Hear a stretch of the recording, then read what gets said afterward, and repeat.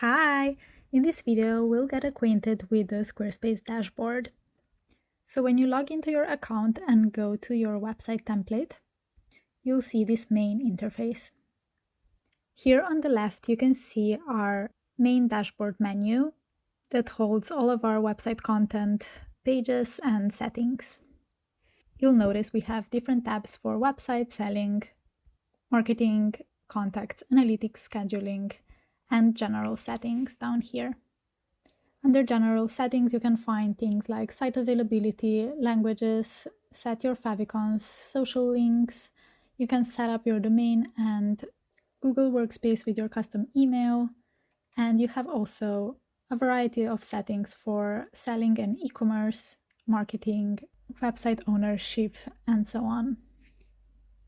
Now, before we dive deeper, I want to say Squarespace likes to change this menu up here and there. So a good feature here is the search bar at the top, which allows you to just type in what you're searching for in case they rearrange something. That way you can find anything you're looking for without too much hassle and clicking. Okay, now let's explore the first tab, which is website. Here you can find all of the pages that are included in your website. They're divided into two different sections, which is main navigation. Those are the pages that appear on your header menu and the clients can click through them. And then we have a not linked pages, which can be used throughout the rest of your site.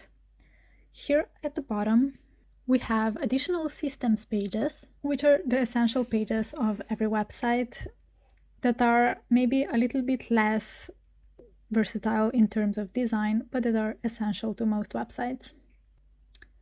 And under website tools, you can find all the code and CSS options, as well as messaging, which is the announcement bar, the promotional pop-up.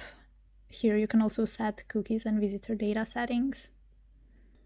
Under the selling tab, you have all of your products, orders, invoicing, and other selling tools. And under marketing, you can find all of your email campaigns if you choose to use the ones integrated with Squarespace.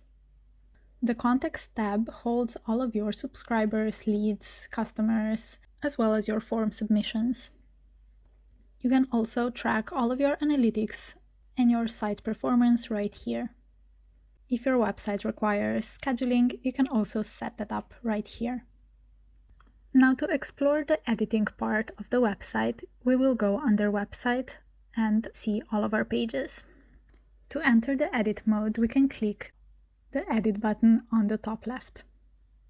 You will know you're inside the edit mode when you can see all of the blue borders around your elements. Squarespace editor is called Fluid Engine, and it's built upon 24-column grid and available on all Squarespace 7.1 website templates. These features allow so much flexibility and works on a drag and drop system, so you can very easily move the elements around, overlap them, and change the order. Each element and section have their own set of editing settings, which we will tack on in another video. To get out of the edit mode, simply click Save if you've been making any changes, or Exit. If we look at the top right corner of your dashboard, you will see we have a few buttons here as well. First one is Desktop View, as well as Mobile View option, so you can preview how your website will look on mobile devices.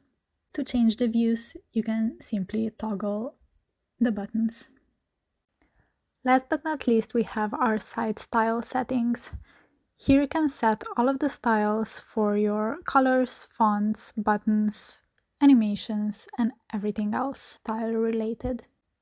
You can choose from a variety of Squarespace fonts available, as well as pre-made color palettes that you can edit right here or add manually with the code as well. The last dashboard item we have here is this arrow in the very top right corner, and this allows us to preview our site on a full screen. To exit and get back to our dashboard view, we just need to click the arrow again. Okay, now we can get to the fun part of editing your template.